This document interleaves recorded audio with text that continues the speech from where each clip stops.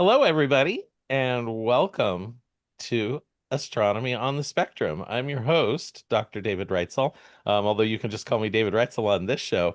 And we have a great program tonight. With me is, well, first of all, I've got a recorded interview with some folks from Skywatcher, and then I'll have Dr. David Reitzel. Oh, I got to turn off the Reitzel on this show. Oh, I've got things looping on myself. So there it goes. We know it started properly on time. So there's the delayed YouTube screen, everybody. I got to get used to doing everything on my own again. Back when I was doing the streaming originally, that's what I was doing. Anyway, got a great show tonight. We got folks from Skywatcher, a recorded interview I did about their telescopes and the things they do. Also, got folks from Black Rock Observatory. Robin and David Newhouse are with me tonight, and of course, Alex Filipenko from Berkeley to talk supernova spectra. Um, I'm going to share here the title, get this going with from the beginning. There we go. So let me share my screen here, everybody. Welcome to the program. I decided to do this show back in, oh gosh, a couple of months ago. I decided I wanted to do a show, and I wanted to call it Astronomy on the Spectrum, both because I thought it was a fun title to do.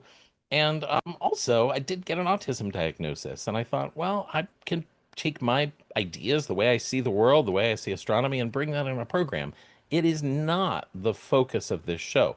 That's not the main point of the program at all. I want to talk about astronomy. I want to interview interesting folks about what they do, how they do it, and talk about astronomy. Astronomy has a wide spectrum of ways we explore the universe. We do imaging, we do spectroscopy, the literal spectra. We also do, of course, other sorts of things. There's theory that people do, they do simulations. There's a whole bunch of other ways that people look at astronomy. These days, there's also gravitational wave astronomy. That's another way to do it. Neutrino physics is another way we observe the universe. So I want to talk about all of those various things in this program. Also, it is a wide spectrum of people that do this work. It is a diverse group of people from nations across the globe. Of course, all different cultures are interested in astronomy. So I want to explore that spectrum of astronomy and the people that do it as well. So over time, I want to cover it all. I want to do it all, and we'll see where this show goes. Hopefully, we'll start out about once a month, but maybe we'll go more often than that once things get going. So stay tuned for that, everybody. Well, that's what a spectrum is, of course. This is a solar spectrum. And what you're seeing here are absorption lines. Those absorption lines let us understand what the sun is made out of. That's a cooler atmosphere up above the sun's glowing, brighter photosphere. And those absorption lines are what, again, allow us to fingerprint what the sun is made out of. And we do this with all stars. We do this with all sorts of objects that have a cooler thing, a little cooler bit of a trying to get that. There we go. We got that out of the way. There was a button in the way. A cooler gas above a hotter surface. Now, if you have a hotter gas, it'll glow and you'll get bright emission lines. And I'll talk about that too. So tonight I am going to cover some spectroscopy.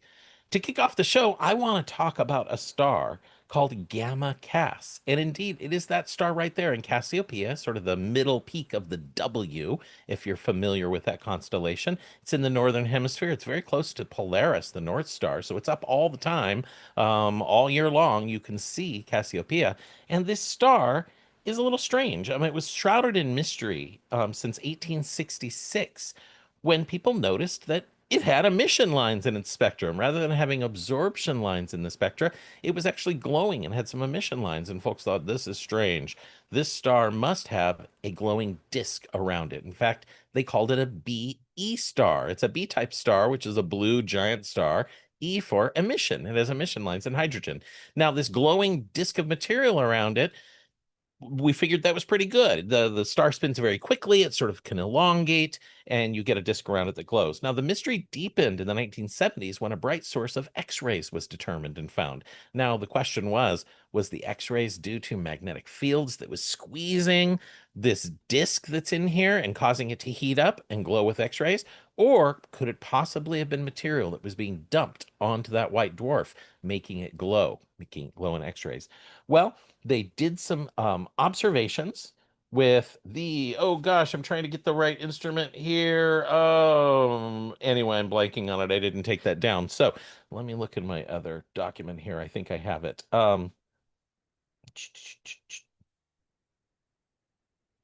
Anyway, I don't remember it. It's a Japanese instrument and it's in space and I'm blanking on the name of it. So, anyhow, long story short, but they were able to look at it and measure those X-rays and take spectra of it and to determine it was coming from a very small region, such a small region that it had to be a white dwarf. They were able to verify that the white dwarf was the right answer to all of this.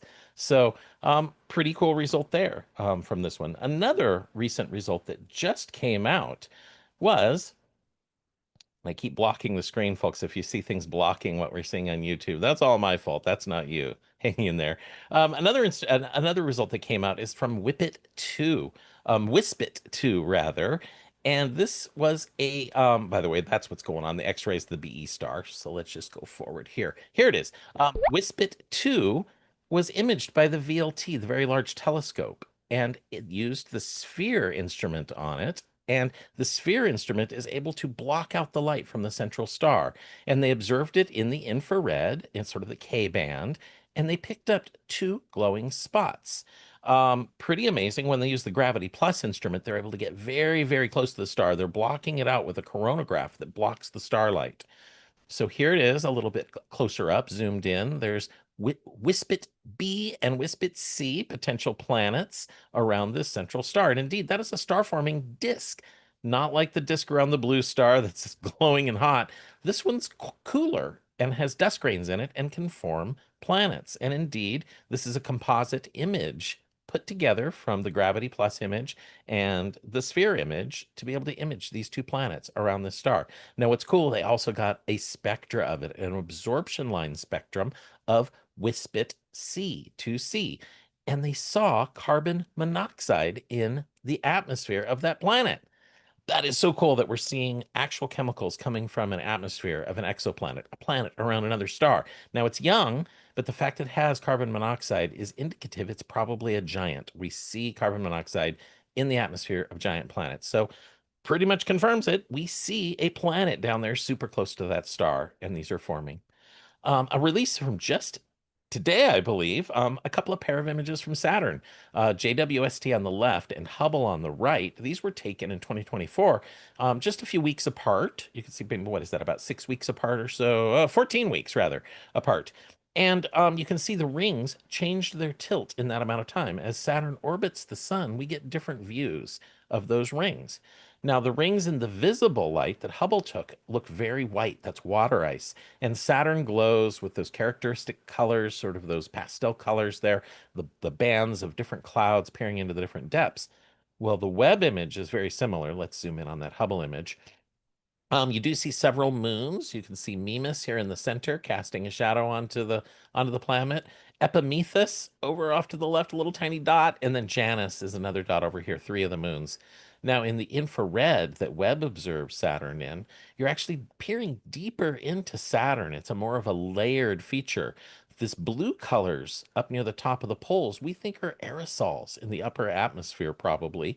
And the rings glow incredibly brightly in the infrared because water ice is so efficient at reflecting the sunlight in the infrared. So you get these incredibly brightly glowing rings. So pretty amazing image. And then when you zoom out even further, you can pick up Titan over on the left-hand side there. So you can see Titan on the left of the image, and it's quite large. Titan is a very big moon. Now, I want to tell one last little story before we dive into our guest tonight. I was at the AAS meeting down in Phoenix in January, and there's Dumbledore, of course. You're on the Doc and Dumble Astronomy channel. And he went with me. It was a lot of fun. We're having a little dinner there. He didn't get to go to this, though. I was invited to the Cosm Dome to be able to look at some images on their beautiful LED dome. They were showing us pictures from the Vera Rubin telescope. This is actually down in Chile, and you're seeing the Rubin telescope, and these images were incredible. That's a giant well, isn't a screen, it's a half dome behind the guy, and it looks real. It looked basically photorealistic. When they brought out the actual shot of the telescope itself to the size it would be, pretty much amazing. And it's that bright. You can see people sitting in there. It's just jaw-droppingly bright. Now, when they showed the images from Rubin itself from that first release, It brought tears to my eyes. It really did. These nebula that you're seeing were so beautiful and so bright. The colors really popped. Now, of course, these colors have been made to exaggerate a little bit there. If you were there in space, you'd need to have huge eyes to see it like this. But we've got telescopes to give us that view so we can enjoy it. And it was really worth seeing. The galaxies, of course, were spectacular as well with all those stars. Now, there is a science story to this too. The Rubin telescope just announced that it's having 800,000 alerts a night of follow-ups that should be done. Here's an object that was found. Here's another object that's found. For example, a supernova, which we're going to talk some supernovae later tonight. Here's the template image, the new image, and when they subtract the two, there was a bright spot right over there off the side of it. So a supernova had gone off. Variable stars, stars that change brightness, they will have a residual or a difference image that is either bright or a hole, depending on how you subtract them. Active galactic nuclei, a black hole in the center of a galaxy eating material. This one had a little bit of a flare. It's not super bright, but you can see it's brighter in the middle than it used to be. And then, of course, solar system objects, there was nothing there to start. And then in the new image, there is something there. So the subtraction is literally the image of the object itself. Those are going to be hard to find. You need multiple images to predict where it's going to be. So those solar system objects, we may get a lot of alerts of they're there and we have no idea where they went, but it will find some.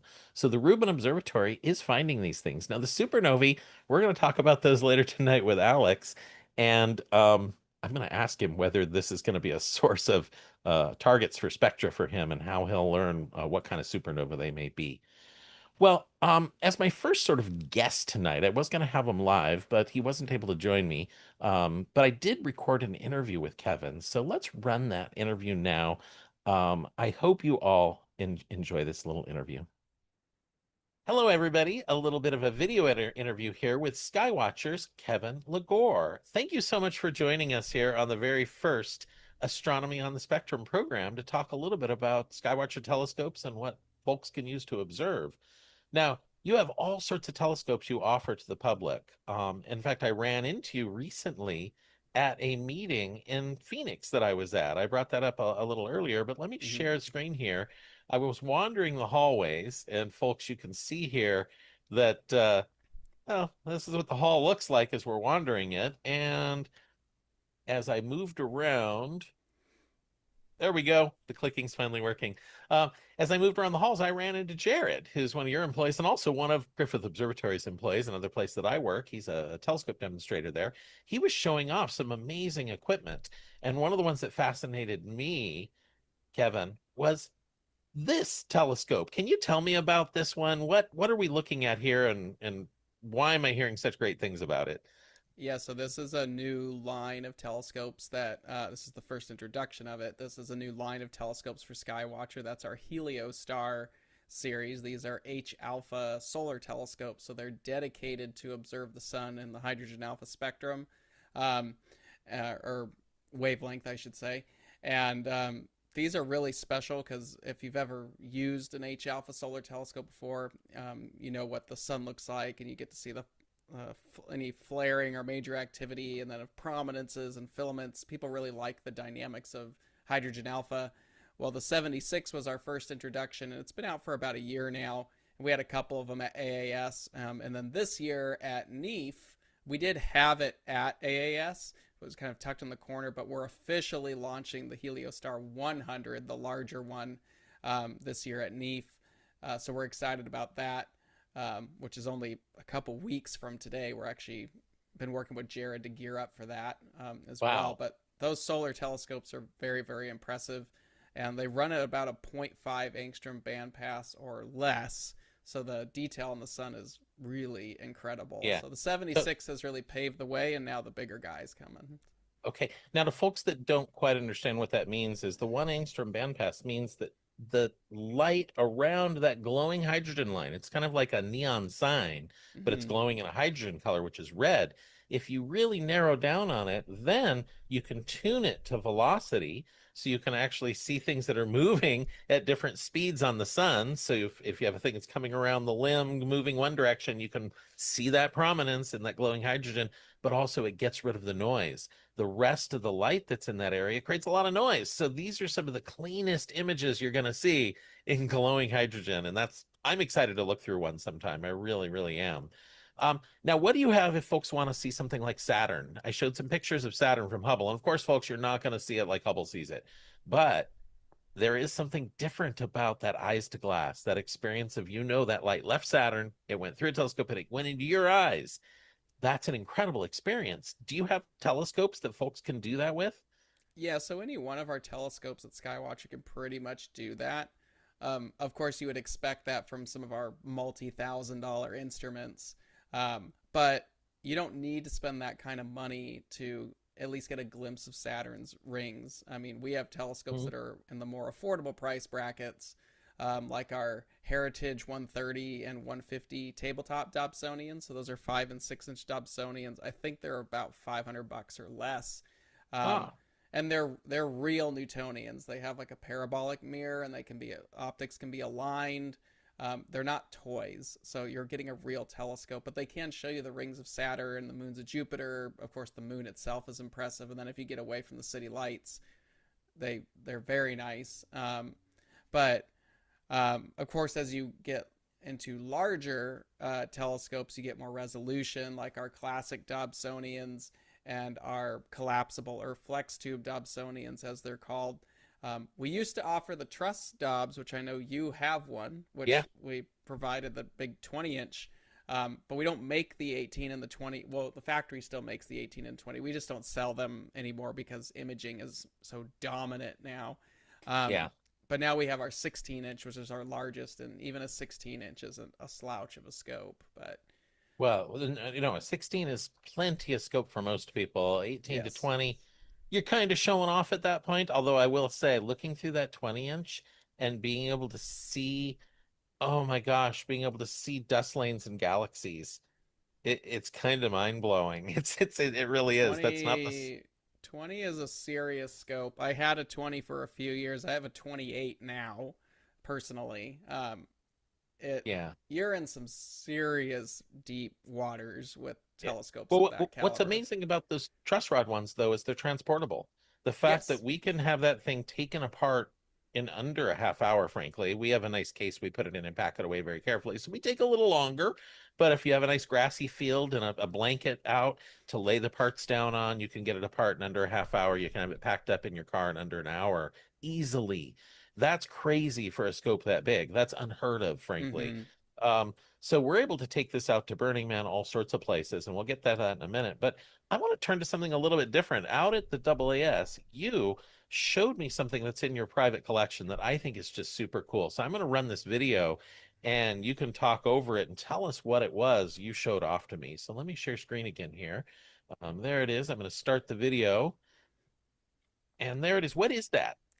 So that is one of the books that Percival Lowell actually wrote. I think that's Mars and its Canals is what that one is, and you can find that book all over the place. They're a little expensive because they're vintage, but the reason I bought it, and this is what it is, was there is this 2 page handwritten letter from Percival Lowell himself.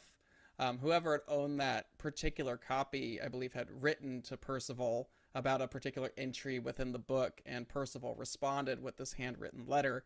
Um, so that was really cool because being from or living in Arizona, we have Lowell Observatory here, so it was kind of representing the home state there. So there was a lot of people at Mhm. AAS that really understood that historical reference there. So Yeah. they had, and of course, Dave Eicher, who's a friend of ours, was there, and he's into all that. And it was just a good time to.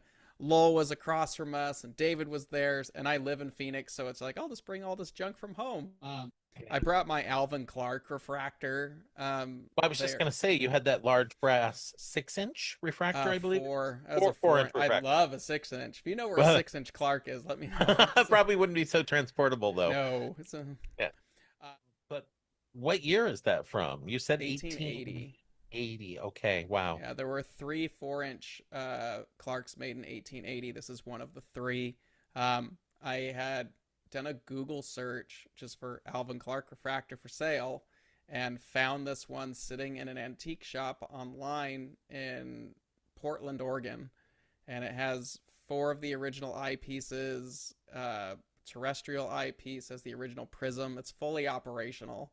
Um, but Wow. Well, yeah, it's you set it up and had it running at the start party that evening, although I think there were some clouds, there unfortunately. were. We So, didn't really get to see what it could do. It's impressive even by today's standards what it can do. I have some adapters for it that let me use kind of some modern day inch and a quarter stuff on it now, but well, I um, have some notions about doing some sky events as well. Last year, I invited some folks out for a meteor shower, and myself and others, we set up some telescopes, and we just had a good time. We might do something similar and maybe invite some of the public and have it be a little bit more organized. But Skywatcher are folks that I would certainly think about inviting along to that sort of expedition because one, you've got amazing gear and I want to look through it and play with it. And two, you're just a lot of fun to talk to, frankly. This has been fascinating. Thank you so much for joining me of tonight for course, the show. I do want to show off. Let me share screen again. The telescope that you mentioned that you donated to Black Rock Observatory. And this indeed, here it is. This is the scope, and it is a 20-inch diameter. That's the diameter across this direction. And this is the dome that we observe under. Now, that dome has fallen apart a little bit, and Skywatcher generously donated that telescope. So, Kevin, before we go, let me again thank you for that generous donation to Black Rock Observatory. We are an official nonprofit, and we are doing science outreach with it in unusual places, as you know. that's the But best way to do it. I'm right there with you guys with doing outreach, and you know, obviously we get a lot of requests for donations. We can't fill all of them, but every now and again we're in a position where we have equipment that's been to shows or it's being phased out or we use photographic samples, and after a while it's like, okay, they serve their purpose, but they're still yeah, completely functional telescopes, and I hate to see them get destroyed. hmm So if and when we can, we try to allocate them to new homes, so they get used and they can share it. And that's a prime example of one of the larger ones that have found a yeah. new home. So Yeah, well, it has been out to Burning Man now 3 or 4 times. It has been to several other local smaller festivals, and it's been out, I would say, I'm guessing a good 8 to 10, 12 times where thousands of people have looked through it over those weekends. So that's it's been a awesome. huge success for us. So thank you. Of course. Again, just want to thank you and say good night, and we'll see you again on a future show. So Of thank you, course, Kevin. Great anytime. chatting with you. You too. So that was a lot of fun chatting with Kevin. And hello, Here. everybody. Oh, it's A restarting little. on me. Okay, let's see. Forward Hello, everybody. arrow. We'll just skip to there. All right, everybody. Hopefully I'm back. Let's see here. Did the camera find me? Let me double check. I don't know. Hopefully so. I see you. You see me? Good. Somebody sees me. The YouTube stream itself is a little bit behind, folks. If you're wondering why is he talking, why doesn't he just look? I'll look there. Anyway, indeed, this is the telescope that was donated by Skywatcher, and right now I want to welcome some folks from Black Rock Observatory. Now, full disclosure, I'm on the board of directors of Black Rock Observatory. It is a nonprofit. We're an official nonprofit in the state of Oregon. I'm on the board of directors, so I help steer the things, but we've got a big board. And with me tonight is Robin Newhouse from the board of directors of Black Rock Observatory. And also your dad's Zoom, David Newhouse, is out there somewhere. He's in Vietnam right now touring, so he may appear. I've got the participant list open, but feel free to say, hey, he's there, admit him, because we'd love to hear from him a little bit too. But Robin, first of all, what does Black Rock Observatory do? Why do we what do we do and why do we do it? Yeah. Well, first of all, thanks for having me on the show. Really good to see you again. Yeah. I think I may be representing the clan for now while my dad is roaming around the jungle of Yeah. Vietnam. Well, and rightfully Um, so, because you're one of our core members, of course. You help run the camp, you help run the observatory, the board. we do anyway. It's a team effort, I know, but Robin, you're a core member. You also have a PhD in particle physics, which you did an undergraduate degree in astronomy. So you've got all the connections here to do all of this stuff. So we've got a really educated group of people running this, doing these observing nights out and about places. So thank you for joining me and taking time to do so. For sure. But yes, as you said, I'm a turned cloak. I went from astronomy down to the very, very small and did some particle physics afterwards, which I'm happy to talk about later. But I think, right now on theme, just a bit about the Black Rock Observatory. Yeah, we have been going to Burning Man for over 10 years, 12 years now, um, and bringing telescopes to places where they're kind of least expected. There's no better feeling than grabbing some random person off the side of the road and showing them Saturn's rings for the first time when they had no idea that was what's going to happen.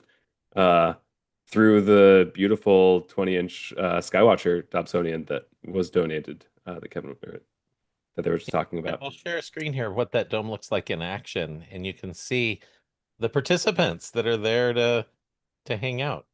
Yeah, so as you can see, there's a bunch of people dressed in crazy outfits, and we get really like thousands of people over the week, many thousands of people coming in, looking through our various telescopes. We have docents there teaching people about space. A lot of people, honestly, a lot of people that we run into, this is their first time ever looking through a telescope. So it's really exciting to get to share that with people. We also have all sorts of other stuff at the observatory, like an incredible meteorite museum with all sorts of specimens, kind of showing the whole range of meteorites. We have space talks, which have been a really great series over the last many years. As a matter of Yeah, fact, there's the I think meteorite. all three of us on the call have given a space talk. Um, that's where I met Alex for the first time, was giving a talk on, I believe, the expansion of the universe back in 2018 or so. Um, yeah, the observatory, it's been going strong. It's a fan favorite. People really love it, and we try to go to events outside of the burn as well. Like you said, there's events that go on around California. The telescope has also been to Texas for the eclipse in a couple years ago. Mhm. Uh, yeah, it's a really incredible group of individuals, some with deep astronomy backgrounds, some with no astronomy background at all. But as you can see in this video, we just get so many people going through the dome. It's busy all night. Whenever there's clear skies, the light pollution at Burning Man is Yeah. pretty bad, but It really is fun. there's still plenty to see. And then later in the night, Yeah. we can actually start seeing some deep sky stuff, Yeah. galaxies. I like to point out the laser beams through the top of the dome there that you can see crisscrossing. They're both beams of light and laser beams that are crisscrossing there. So Mhm. observing isn't always easy, but it's always rewarding. That's the thing about observing there. Yeah, it's really been a incredibly rewarding thing to do. And yeah, we can, at least when I've been observing, you can kind of get guaranteed tears from people at least once a night, when they are connecting with the universe for the first time in this way. Like you said, getting to see the light coming from Saturn directly through the lens into their eyes. Um, and it's just such a fun experience. Um, and also, as David said, the dome has been going to the burn for many, many years, and it's been an incredible structure designed by one of the architects of the temple at Burning Man, uh, Yeah. well over 13 years ago, I guess. Yeah, Greg. And we are now raising funds for a new one with the same designer. This is Greg Fleischman's designs. It's all made of Baltic birch. One of the really cool things about the observatory dome is that it's made with zero fasteners. There are no metal pieces in it. It's all just puzzle pieced together uh, wood structures. So that's kind of his classic design, and that's what we're going with again for this upgraded Mhm. dome. Um, so just a little plug if you would like to support this kind of astronomy outreach in places where it's least expected. We have a donation page. Just go to our website at blackrockobservatory.com. There's my little plug. I'll quit talking about that. Oh no, But it's super important though, that people understand that it takes a bunch of us to do this. We're a small organization, we're a small nonprofit. We bring anywhere from 40 to 50 people out to Burning Man with us every time we go out there, but we try and keep costs low. And we've reused this dome over and over and over again. So I've put into the chat there, into the meeting chat, the I want to put it in over here. I got to put it into the chat of the observatory. Why don't I have those? Live chat. Join the conversation. Oh, it doesn't want to open the panel. That's what I That's get. right. I'll Anyway, put it in later. put it in there later. Oh, here it is. I found it. So I'm going to put in the link to the observatory. It's simply blackrockobservatory.com. So that's now in the top chat over in the live chat. And then I'm also going to put in a link to the GoFundMe page. And you can go to either of them. And if people could donate, every little bit helps. Some people think, well, why should I donate, $2? Donate $2, donate $5, donate whatever you can. We appreciate it. Um, and then maybe we'll burn the old dome. So yeah, Yeah. that's the thing we want to think. Burning Man, of course, people do burn things. So the notion that we might take that dome out there and burn it. Okay, so here, let me share one more thing. Yeah. Here it is. Here's the actual GoFundMe page. You can see it here. And we're doing all right. We have Amazing. Thank you. 3,000 raised at the 10K, although we might need to raise a little more than 10K now. Yeah, this is just stage one. Yeah, this is stage one. So if anybody wants to donate, 100,000 to us, we'll take it. We We'll really, make the really, best use of it, I promise. we've And got also, as Doc had mentioned before, the observatory is a registered nonprofit, so every donation is tax deductible. Yep. If you make a donation through this, you automatically get a tax receipt, and you can deduct it Yeah. at the end of So the there's year. a QR code on the screen now. If you want to take a picture of your phone, it'll take you straight to the page and you can make a Yeah. donation. So thanks everybody. Um, anyway, a person that did attend Burning Man and give a lecture out at Black Rock Observatory is with us tonight also. Alex, are you there? Yeah, hi, David. Yeah, Hi. I'm here. Wonderful. Well, welcome. And there you Thank are. In you. fact, that was a post our friend Tomas posted about you. Q&A general discussion with Alex Filipenko Oh, back at yeah. Observatory Uh-huh. Gorton 445. And that was 2018. Good memory, Robin, on that. So 2018. Yeah. So that yeah, was when I went to Burning Man, right? I couldn't remember whether it was 2018 or 19. I knew it wasn't 2020 because that was the first year of the pandemic. yeah, So, yeah. exactly. Yeah. Well, it was a thrill to have you there. I'll say it's probably still our best attended talk.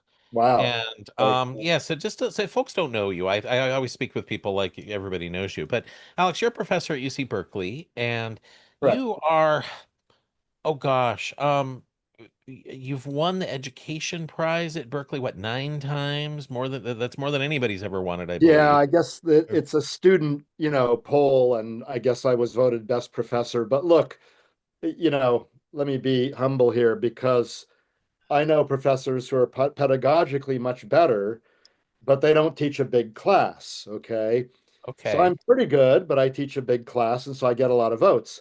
But I will never again receive that student distinction because there are now data science and computer science classes that are bigger, that are taught by very good professors, arguably better, arguably worse, who knows, comparable, but they teach a bigger class. So now they are the undeserved recipients of the student best professor award. Okay. Okay. Well, that is very humble, but I will still say it takes skills even to make it into there. There are selection effects, is what you're talking about there. There are Yeah, some biases, but that's right. nonetheless, you do provide the students with an amazing experience. And what has been your philosophy in education to do those sorts of skills? Like how do you approach trying to teach a class? Yeah. So, my favorite class is actually the one, it's called Astronomy 10, Introduction to General Astronomy. And it's meant for students who are not necessarily interested in science. They might be English majors or history majors, and some of them are interested, but many are not. But they have to satisfy their science requirement at UC Berkeley. So it's meant to reach them, to show how exciting science in general is and astrophysics these days. Um, a lot of them come in kind of apprehensive about taking the class, but by the end of the semester, they ask me, well, what can they do now? What can they take to extend their knowledge? And that's really great. And then we always get a few converts who become astrophysics majors as a result of the class. And again, that's not the stated intention of the class, but we do have that consequence. So I try to make it exciting for everyone and some parts to be understandable for everyone. And yet I also include tidbits here and there that even those students who aren't necessarily the ones that should be taking such a course, but they do just because they were interested, but they already know quite a bit of science and math. So I try to make it interesting and provocative for them as well. And so it's a bit of a tightrope to be on because you don't want to lose the students who really know very little at all. And on the other hand, you don't want to lose those students who are just, they already know quite a bit and they're eager for more. Yeah. So in each lecture, I try to have something for everyone. And I guess I've been pretty good at succeeding there. Yeah, Yeah. Well, according to the students. I think very much so.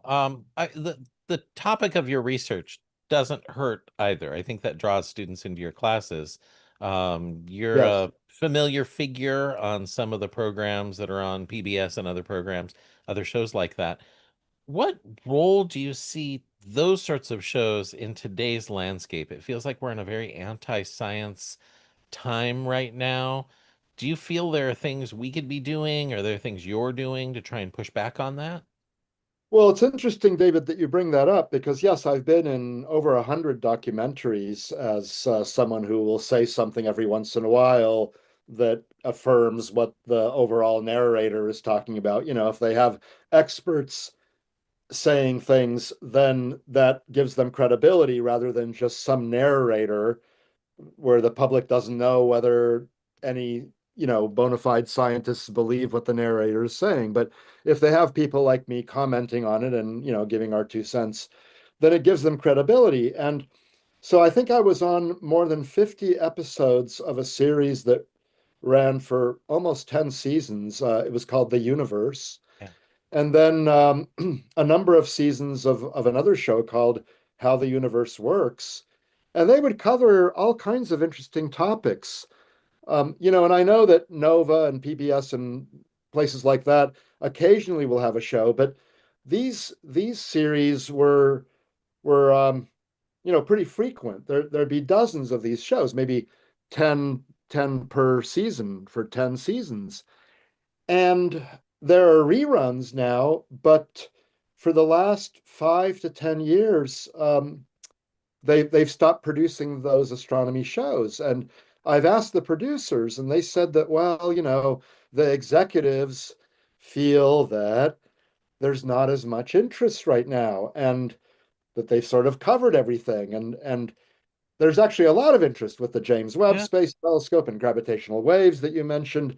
And so I don't quite understand this, but of course, the producers are told what they can and cannot produce based on the finances and the overall plans of the executives who run these programs, unlike the History Channel and stuff like that. And um, it's weird. I think that there have been relatively few documentaries in recent years on astronomy compared with 10 plus years ago. And I don't really understand it. And the producers with whom I worked don't really understand it, but they're told what to do. Yeah, it feels like we're in a time where folks are more interested in the fantasy of an ancient aliens type program than they are in the reality of, say, supernova spectra. Yeah. And so it's a sad time, and so Well, much in of fact, David, let me just comment on that yeah, before I forget. In a lot of these shows, I would say that, look, I have to see a penultimate version of the script. I don't want to change your overall flow, but I want to make sure that you didn't take what I said out of context or leave out some important bridge remark that I made, A, B, and C. And if you leave out B, it seems that A and C are contradictory, right? I've been in situations like this. Okay. It's, And so yeah. I learned to work with them, and that was really great. But then I was contacted, about shows like Ancient Aliens and things like that. And I said, well, I would have to have final say as to what I say, and what you use. And they refused. And it was, I think, because they knew that I would not be happy with whatever they took, some snippet of what I said, part of a much longer paragraph that was completely against the snippet It's, that they took, right? So yeah. I've refused to be on shows where I was worried about what their intentions were and their credibility and all that. But yeah, the whole UFO craze right now is incredible. I think there are aliens out there. It's sort of like what Obama said, right? There's a Yeah. lot of galaxies, there's a lot of stars per galaxy. Yes, they're out there, but I personally don't think that any of the UFO evidence that's claimed to have been here on Earth comes anywhere close to the high standards of science and of evidence that scientists require, right? Yeah. Yeah, So, absolutely. I did a program that was a paid one about Three Eye Atlas, and I had Bryce Bolin. He's an astronomer that's done a lot of observations of interstellar objects and others, and he gave the science reading of it, and it was very, very interesting. And I tried to goad him into talking a little bit about some of the alien stuff, and he didn't want to take the bait. He was like, "No, let's stick to the science." I appreciated that, respected it, but oh, it was such a time of just so much nonsense. yeah. And it was an amazing object that came through, fascinating, different than a lot of our comments. And we learned so much about Oh, what environment did it come yeah. from. So, A wonderful object, Oumuamua and then yeah, I3 Atlas, fantastic, but not alien spacecraft that are getting ex- ready to fire, their weapons at us, yeah, as one astronomer in particular was fond of essentially scaring the public and a few others as well, and yeah.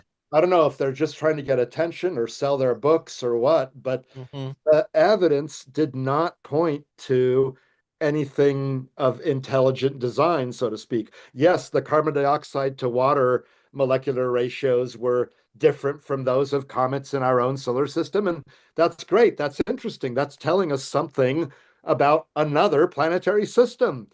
Don't Yeah. call it an intelligent alien. Yeah, exactly. And I'm somebody that wants to find aliens. I've been fascinated in Me that too. whole subject for forever. Frank Drake was a professor of mine, of course, at Santa Cruz, and I took his class and the Drake equation and SETI, and but it does a disservice to those searches by making these claims falsely, and it makes the public think we've already found aliens, and then are they going to be likely to fund things in the future? It's just a mess.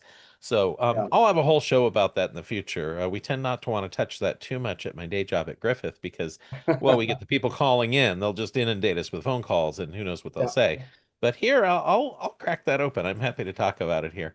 I did want to show. I've got some spectra here to show because Okay.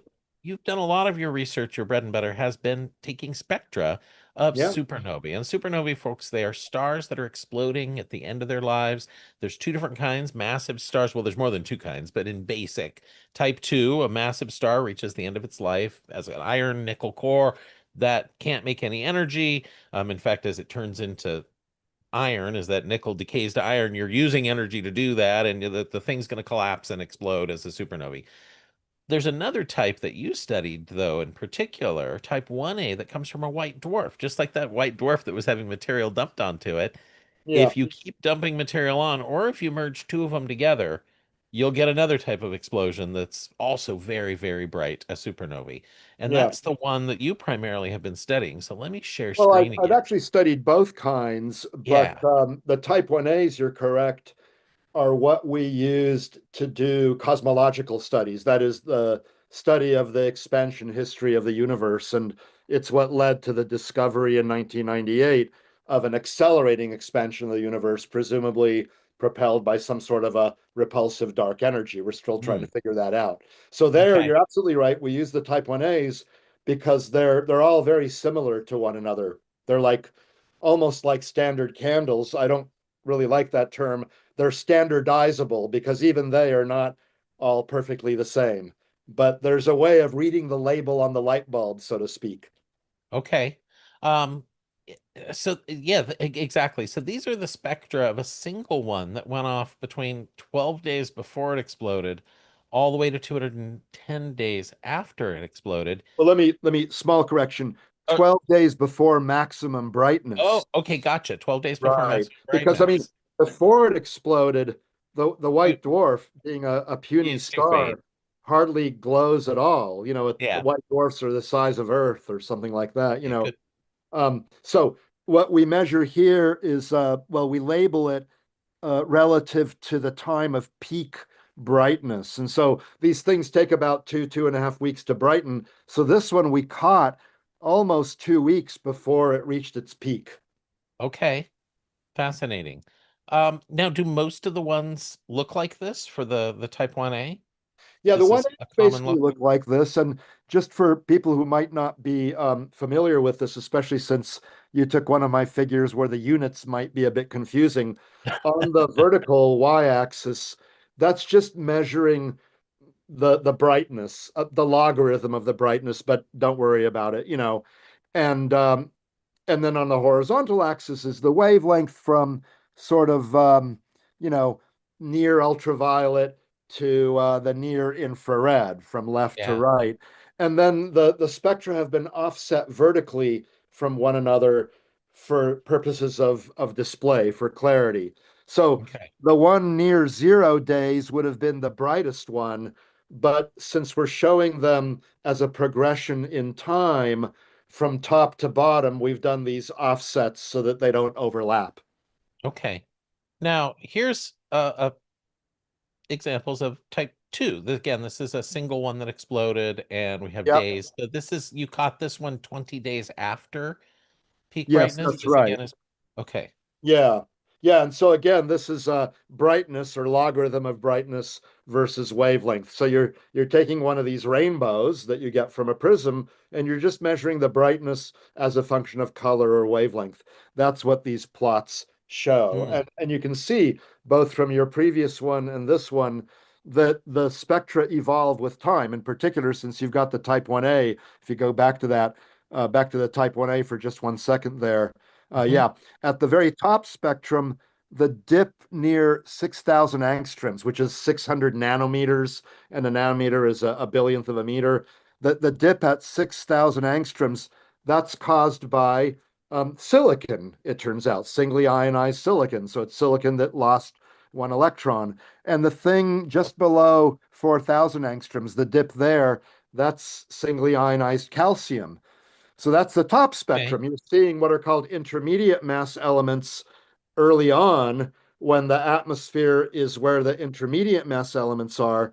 But then if you go to the bottom spectrum, there are all those bumps and wiggles, and you're seeing a bunch of cobalt and iron because you're seeing Oh. deeper into the star, and that's where the heavier elements were synthesized during the explosion. Now these are all in absorption, so these are the outer layers that have gone outside the brighter, hotter supernova underneath, the glowing energy from Well, inside. What? it's a bit complicated.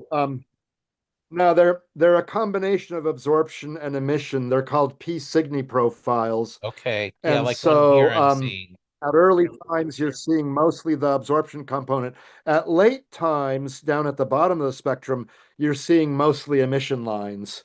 Okay. A bunch of blends of iron and a few cobalt emission lines. Yeah, the P Cygni for folks out there, it looks a little like a sine wave where it'll go down and then it'll immediately go up right after that. So I'm Yeah, and you can showing see it with that a my little math bit in the mouse now. top spectrum. Yeah, In around the top, 4,500 angstroms, yeah, there seems to be a strong feature yeah, but there. that's so most of those, that's not P Cygni.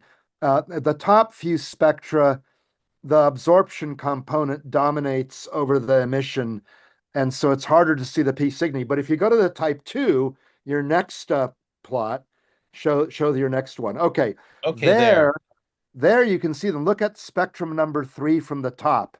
And the thing at 6,500 angstroms, that's H alpha. That's the 3 to 2 transition of hydrogen. The electron is going from the third to the second energy level. That produces the emission line. And from the second to the third energy level, that produces the absorption line. And so that's a classic P Cygni profile right there. And there's one at around 8,500 angstroms. That's singly ionized calcium. If you go to the near infrared there, you can see Okay. again a P Cygni profile there. Yeah. Okay, very cool. Now that H alpha, by the way, that's that same glowing wavelength that Skywatcher scope could pick up for folks that Exactly. don't And, look at. and the chromosphere and the prominences of the sun are emitting a lot of light, in part because a bunch of electrons in the hydrogen atoms, or the electron in a bunch of hydrogen atoms, is going from the third to the second energy level. And that's what produces that emission at 656.3 nanometers or 65, 63 angstroms. Can I Very ask a cool. quick question? Yeah, please, What's Robin. what's the dynamics of what's going on with the material causing those emission spectra? Like this is, you said is what, 2 weeks after at peak brightness, Yeah. So what and so the happens? material's already uh, like Yeah, yeah. moving out quite So there's rapidly. a shock wave that moved through the expanding envelope of the star, and that ionized the hydrogen. So the hydrogen lost the electron, okay? But then the electrons start recombining. So this is called recombination. And the Mhm. ones going from the 3 to 2 transition produce the emission component. But then along the line of sight to the exploding star, you're also seeing deeper into the atmosphere where there's cooler gas that is already recombined. But there, the electrons in the n equals 2 level, the n equals 2 orbital, can absorb some photons and go to the third orbital. And so that's what produces the absorption component. But the Okay. outer stuff farther out is where the recombination is is occurring. And when the electrons recombine, they can cascade down to lower and lower energy levels. And one of the really prominent transitions is the 3 to 2 transition, and that's what produces the emission line. Okay, very cool. Very Um, cool. yeah, so what we're talking about here is just a little bit of quantum mechanics, folks. These Yeah, levels of electrons. Electrons, when they don't really orbit the protons, but it's a way to think of it, sort of the Bohr model, but they're only allowed to have certain energy levels. yeah. So this is why you get photons or, emission lines that are so narrow, because every time an electron makes that transition from 3 to 2, it gives off exactly the same color. Now you can vary that a little bit if you have some pressure. Higher pressure will broaden the lines a little bit, and that's all due to velocities. As the things are moving or bumping into each other, you can change these lines, the energy levels just a little bit. And if you Doppler broaden them, that's the motion moving them towards or away. But Well, that's right. And so that's why in the spectra you showed, the lines are actually pretty broad because we're seeing blue shifted gas that's coming toward us, red shifted gas that's going away from us, unshifted gas that's going perpendicular to our line of sight. And so, indeed, that's how we can tell that the gases are moving out at like 10,000 kilometers per second. The speed of light is 300,000 kilometers per second. So it's still much less than the speed of light. But hey, when was the last time you went 10,000 kilometers per second or 6,000 miles per second? And by yeah, the so way, it's yeah, it's LA to New York in a second. yeah, yeah. And by the way, I just wanted to mention the spectra you showed in those plots, they were taken. I took them, oops, let's see, right here, with the Yeah, 3 meter telescope at Lick Observatory, which I think you've used as well yeah, when you yeah. were at UCLA. And so I do a lot of my supernova spectroscopy using this 120-inch diameter or 3 meter diameter Shane reflector at Lick. And then way over here, you see the old 36-inch refractor, Hmm. whose dome was damaged by 104 plus mile an hour winds on Christmas night, 2025. And part of Yeah. the shutter, the northern part, this part right here, came off and crashed into the main building, which is there. And so the main building is actually closed right now because we've got, workers there doing all these repairs. But I've used this 3 meter really a lot. Yeah, I was at Santa Cruz for my graduate work as well with Raja Gutakurta, who be a guest Right. coming up sometime soon. So I went to like quite a bit, both with classes and all sorts. Another subject I want to talk to you about and pick your brain a little bit is, of course, this tension in the Hubble constant. And Yeah. we kind of talked about it a little bit about these white dwarfs being maybe not standard candles, but like you said, standardizable. So when you observe one, you get enough information through the spectra, you can figure out how bright is it in reality. You're getting the wattage stamp essentially of that object. And then you observe, well, how bright was it in the sky? And you can that difference in brightness is basically how Yep. far away it is. There's a little more to it than Yep. that, but that's basically it. Well, that's how we can get distances to these. And then we can get, well, how fast was it receding from us? Yeah. Because you just get the redshift of it. And all of a sudden that gives you the Hubble constant. It falls out. That's How right. fast was the stuff moving? Well, there's two ways to get that. You can get it via the methods that you've been doing, getting all these spectra. Um, Yep. or folks also do it by using cosmological means. They take the information from the cosmic microwave background radiation, that glow of from the Big Bang, the acoustic waves that were in that initial glowing universe, that hot gas, depend on cosmological parameters. So, sort of the hot spots, the cold spots, where those are organized. When you go and study all of that, you can get a Hubble constant out of it. And it's a completely different method and a completely separate measurement of the Hubble constant, and they don't Yep. agree. You can see That's the right. one is in red. That's the one I was talking about. The red is the cosmic microwave background radiation, and they claim very narrow error bars. And then the distance ladder, that's where you have to get the distances to the Cepheids and the galaxies and the supernovae and all of that. It measures a higher number, a faster expansion. I did see a paper recently Yep. that had an answer that maybe That's it's right. magnetic fields early in the universe. Do you believe that? Do you believe that could solve it? Yeah. No, I don't think it's magnetic fields. I think there's a real tension. Um, there's no reason to not trust the measurements and the analysis done by the cosmic microwave background people. Um, And I think that we're correct in our local measurements, and there are other techniques now that agree with what we're getting, slightly bigger error bars, but we got lots of agreement there now. So I think there's something Mhm. wrong in the cosmological model. In other words, if the cosmic microwave background people are assuming a certain cosmological model and predicting what the Hubble constant should be right now, but if there's something wrong in the assumed cosmological model, then they will get the wrong prediction, even if they did everything else right, all the measurements Right. of the microwave background and all that. So, yeah, there's something weird going on in what we call lambda CDM. Lambda is the cosmological constant, CDM is cold dark matter. We sort of think that 70% of the universe is this dark energy, which we thought was Einstein's cosmological constant, and then 25% of the universe is dark matter of some weird stuff, and then 5% is normal things like us. There may be something wrong with that basic model, basically, Right. Okay. Yeah, Well, is yeah. there anything to the notion that the dark energy component could be evolving, or how it acts could evolve? I think Noir Lab had a result where they started to see hints of that.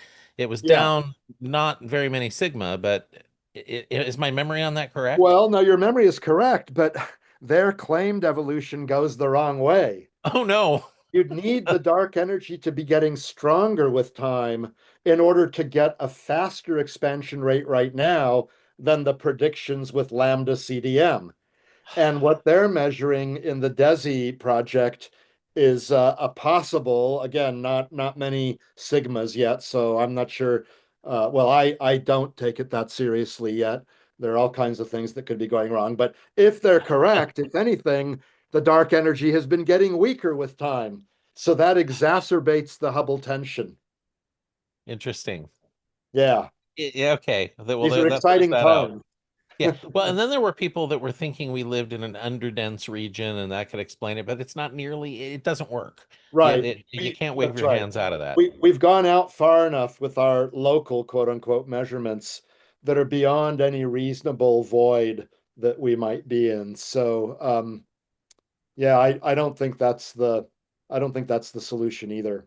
Okay, so it, almost certainly errors in the cosmological model you believe. Now, of Yeah, course, these cosmologists will be saying, but our models predict so well what the universe looks like. I mean, these massive simulations we're doing yeah. really do a pretty good job. Is there anything in those simulations that they're getting wrong that you think could be Well, hinting at the problems in the models? yeah. I mean, there's nothing clearly wrong in the simulations, but if there were something in the very early universe, after the first blink of an eye, which was inflation, but before the time at around 380,000 years when this cosmic microwave background radiation was actually emitted, let's say there was an early form of dark energy that caused a more rapid than anticipated expansion in those first 380,000 Mhm. years, okay? But no one knew about it because there was no evidence for it. What it does is it changes the time at which recombination actually occurred, not 380,000 years after the Big Bang, but maybe 320,000 years after the Big Bang. That changes the size scale of these acoustic waves that you were talking about. So the point is, if their initial guess as to what the size really was wrong, then the prediction of what the Hubble constant based on their data would be wrong, right? Yeah. So yeah, so they're making some assumptions that require knowledge of what the early universe did, but the problem is we don't have any real observational handles on what the universe was doing before the time of recombination because no electromagnetic radiation could travel unimpeded when the universe was this foggy, opaque plasma. Yeah. Now, is there hope in the gravitational wave astronomy to sort of find the hum of the universe? They're looking to Yeah, find that background wave that's there. Do you think we can peer beyond that and pull out any yeah. information? That's right. So the CMB, makes a foggy, opaque wall for electromagnetic radiation, but gravitational waves or neutrinos, funny little particles, they don't care. And so there are the possibilities through neutrino detections and gravitational waves of probing the very early universe. The problem is that there are neutrinos emitted by exploding stars and even by our sun, and there are a lot of stars. And how do you find the ones that were emitted in the early universe? And then we've found gravitational waves from merging black holes and things like that. But how do you find the ones, the so-called primordial gravitational waves from the early universe, and distinguish them in a compelling and convincing way from the gravitational wave background, the noise being produced by all kinds of other astrophysical processes? For example, merging, colliding black holes and things like that. Yeah. And the Yeah, waves, the gravitational waves from the early universe are incredibly weak. And so gravitational waves already are really hard to detect. In fact, I'm still amazed that 10 years ago they were detected. I didn't think it would happen for decades, actually. I was a pessimist. I was wrong. I'm glad I was wrong. It's very exciting. But finding the primordial ones is going to be really hard. Yeah. yeah. I Make tend an interesting point about the assumed size of the those acoustic oscillations. Yeah. One of my professors was Gary Hinshaw, who worked Oh, on yeah, AW sure. map a lot. I know We Gary. learned a lot about BAOs, and yeah, like that really is a huge knob on like the comparison to the current distribution, and like you said, the um, that role in the Yeah. measuring the expansion of the universe. It's an I have a soft spot initial for assumption. Yeah. I have a soft spot for the primordial neutrinos because my PhD work was actually in, when I went to particle physics was in neutrino physics, Oh, and so okay. Well, there you fingers go. crossed on neutrinos. I didn't even know that, Robin. So kudos to you. Yeah, Robin spent some time at CERN and at the Large Hadron Collider, and yeah, you put in your time there, Robin. Yeah, but neutrinos are my favorite.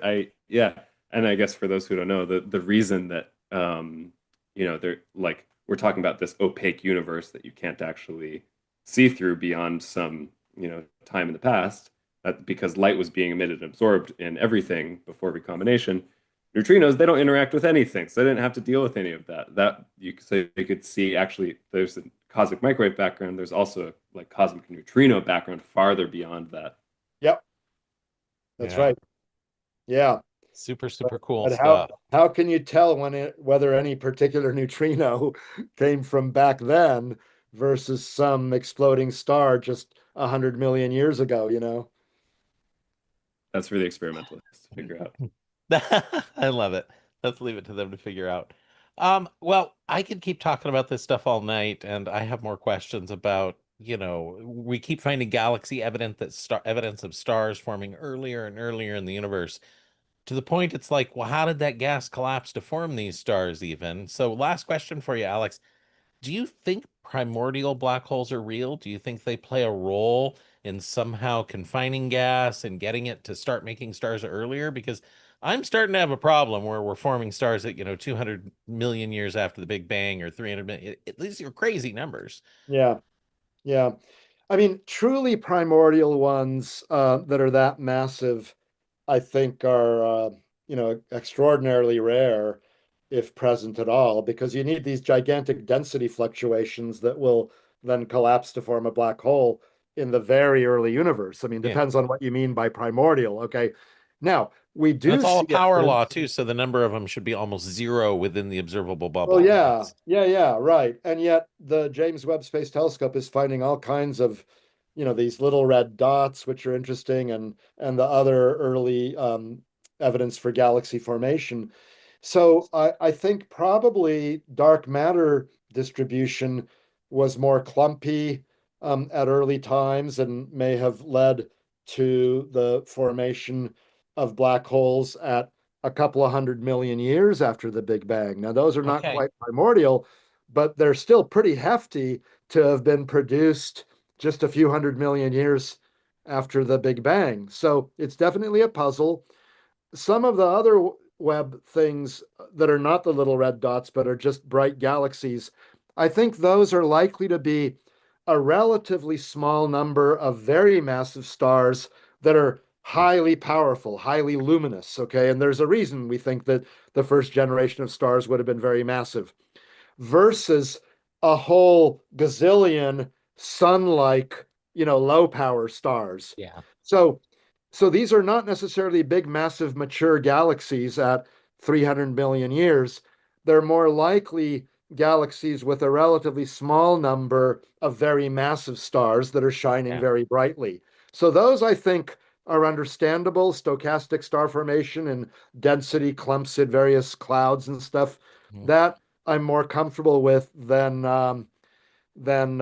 these black holes that do seem to have formed, at least according to some of the interpretations of the little red dots. But we'll Yeah. see. Yeah, we'll see. There are some other interpretations. In fact, one interpretation, if I'm remembering right from the AAS meeting, was that they could be stars as massive as 1,000 solar masses enshrouded in dust. And they're like, how do you make those? And Yeah, this author claimed they're making them. They're able to do this because there's so little metals, and they yeah, found sort of almost magic ways of slamming them together and merging objects, and you get this massive star. So yeah. maybe we'll It's see. it's an interesting new hypothesis. Yeah, We have some pretty uh, low metallicity, or to put it in simpler terms, small amounts of heavy elements. We have some clouds of gas that are like that, even in the present day universe. And so why haven't they formed such bizarre, black hole star combinations like the thing you're talking about? yeah, exactly. Some of these dwarfs that have almost nothing there, they're Right. cool. They haven't collapsed. It's odd. Well, I want to thank you both for joining me tonight on this very first astronomy on the spectrum that I'm doing. Alex, it was a real pleasure speaking with you. Yeah. And I hope to have you back again. And also, by the way, you're always welcome to come join us at Black Rock Observatory. If you ever get the itch and you want to come back to Burning Man, Well, my you'd be wife and welcome. I want to go back in the next couple of years, so yeah, Well, give me a absolutely. heads up. I don't think I'm making it there this year, but if you go, I want to make sure I'm there Yeah. because No, we'd we're have a not great going time. this year, but we're setting our sights on 2027 or 2028. Yeah, and hopefully we'll see Robin there as well. Oh, Yeah. you will. We'll save a spot for you. Yeah, Yeah. it would be amazing. Well, folks, I want to share just a couple of last things. I want to say um, that this program tonight was brought to you by a company that I'm running called EV Squeegee. EV Squeegee is designed to bring squeegee kits to your electric vehicle. At most of the charging stations, there's no way to clean your windshield.